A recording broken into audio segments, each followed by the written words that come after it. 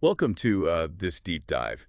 We're going to be going through some transcripts from this Japanese YouTube channel. Oh, cool. It's called Urinalenki. Okay. I think a good way to think about that in English is like lucky universe. Gotcha. And you might be thinking like, Japanese YouTube, what's that got to do with me? But honestly, this channel is full of really fascinating insights on self-improvement, attracting luck, all delivered with this really unique, energetic, almost like quirky style. Yeah, it's really interesting. It's like a motivational speaker mixed with like ancient Japanese wisdom with like a dash of humor mixed in. Like, Right. And what's cool is he doesn't just talk about these concepts in a vague, abstract way. He actually gives you really concrete advice and techniques. yeah. And one thing that really stuck out to me was he has this phrase that he says constantly. It's "risenzi," which basically means persistence is power. Yeah, he's obsessed with it. Yeah. It's not just like a saying to him, it's a core philosophy. I think in one of the videos he talks about like committing to his YouTube channel for at least 3 months, even when things were tough, you know? He really lived that persistence is power idea. Yeah. That's a great example. And I think the takeaway there is that to see real change, we need to commit for the long haul, not just like dip our toes in, right?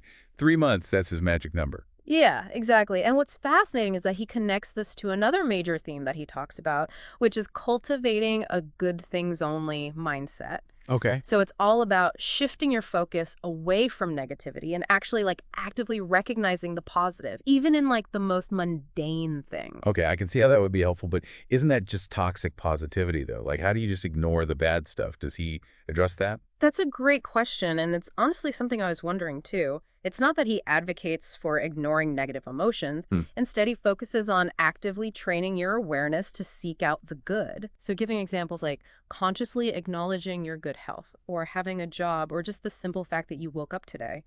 And he suggests that by repeatedly focusing on these positive aspects, you kind of start to naturally attract more good things into your life. Okay, so instead of dwelling on what's wrong, you're priming your brain to look for what's right. Yeah. Okay, I can see how that could be powerful. But it also sounds like a lot of effort. It definitely requires conscious effort, but the payoff, according to him, is like a more fulfilling and joyful existence. You know, it's like building a muscle. The more you practice focusing on the good, the easier it becomes. Interesting. So we've got persistence and positivity. Now, there's another concept he brings up that I found really intriguing, which is the power of yeah, which means forgive. Ah, yes. This is where things get really interesting. He doesn't just talk about forgiveness in the typical emotional sense. He actually believes that physically saying the word forgive can have tangible benefits for both your mental and your physical well-being. Wait, hold on. He thinks that just saying the word forgive can impact your physical health. Yeah. How does that work? It sounds a little out there, but he seems to view it almost like a mantra. Oh, So he suggests that by repeating the word forgive, you can relax the body, ease tension, and even promote physical healing.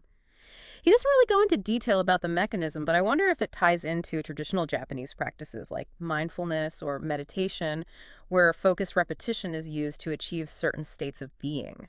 That's a good point. Yeah. It makes me want to like dig deeper into the cultural context here, you know. Yeah. It's not just about the words themselves, but the energy and intention behind them. But it's not just about physical benefits, right? He also highlights the mental and emotional benefits of forgiveness. So like forgiving yourself for perceived shortcomings fosters self-acceptance and positive momentum. And then there's interpersonal forgiveness, like extending grace to others, which he believes leads to a more peaceful internal state. So it's a multi-layered approach to forgiveness. It's about releasing resentment towards yourself and others, which frees up mental and emotional energy that can then be used for positive growth. Yeah. It kind of reminds me of that saying, holding on to anger is like drinking poison and expecting the other person to die. Exactly. And Yeah. this all ties back to his overall philosophy of cultivating a positive mindset. Forgiveness is essential to that process. Okay. It allows you to let go of negativity and create space for more positive energy. But what really sets this YouTuber apart is how he then takes this idea of forgiveness and blends it with this really unique concept, Takesha, which translates to heaven words. Yes. He's got this whole collection of specific words and phrases, right? He Do does. you remember what they are? Yeah, so they are love, lucky, happy, fun, grateful, thank you, forgive, blissful. Okay. Now, I know it might sound a little like typical affirmations, but he believes that these heaven words hold a special power. And he says that by repeatedly speaking, or even just thinking these words, you align your vibration with their positive essence. Okay, I'm intrigued, but I need a little more explanation. Okay. What does he mean by aligning your vibration? Is there more to this than just positive thinking? That's where it gets a little fuzzy. He doesn't delve too deep into like the scientific or spiritual mechanics behind it. Okay. He mainly focuses on the practical application, using these words as tools to shift your energy and attract desired outcomes. Okay. And what's even more fascinating is that he uses different heaven words depending on his current needs or goals.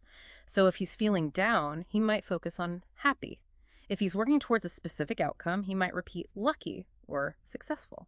So it's like he's creating a personalized language of positivity tailored to his specific needs at any given moment. Precisely. And I think that's a really powerful takeaway. It's not just about blindly repeating affirmations. Yeah. It's about choosing words that resonate with you and using them intentionally to shift your mindset and create a more positive reality.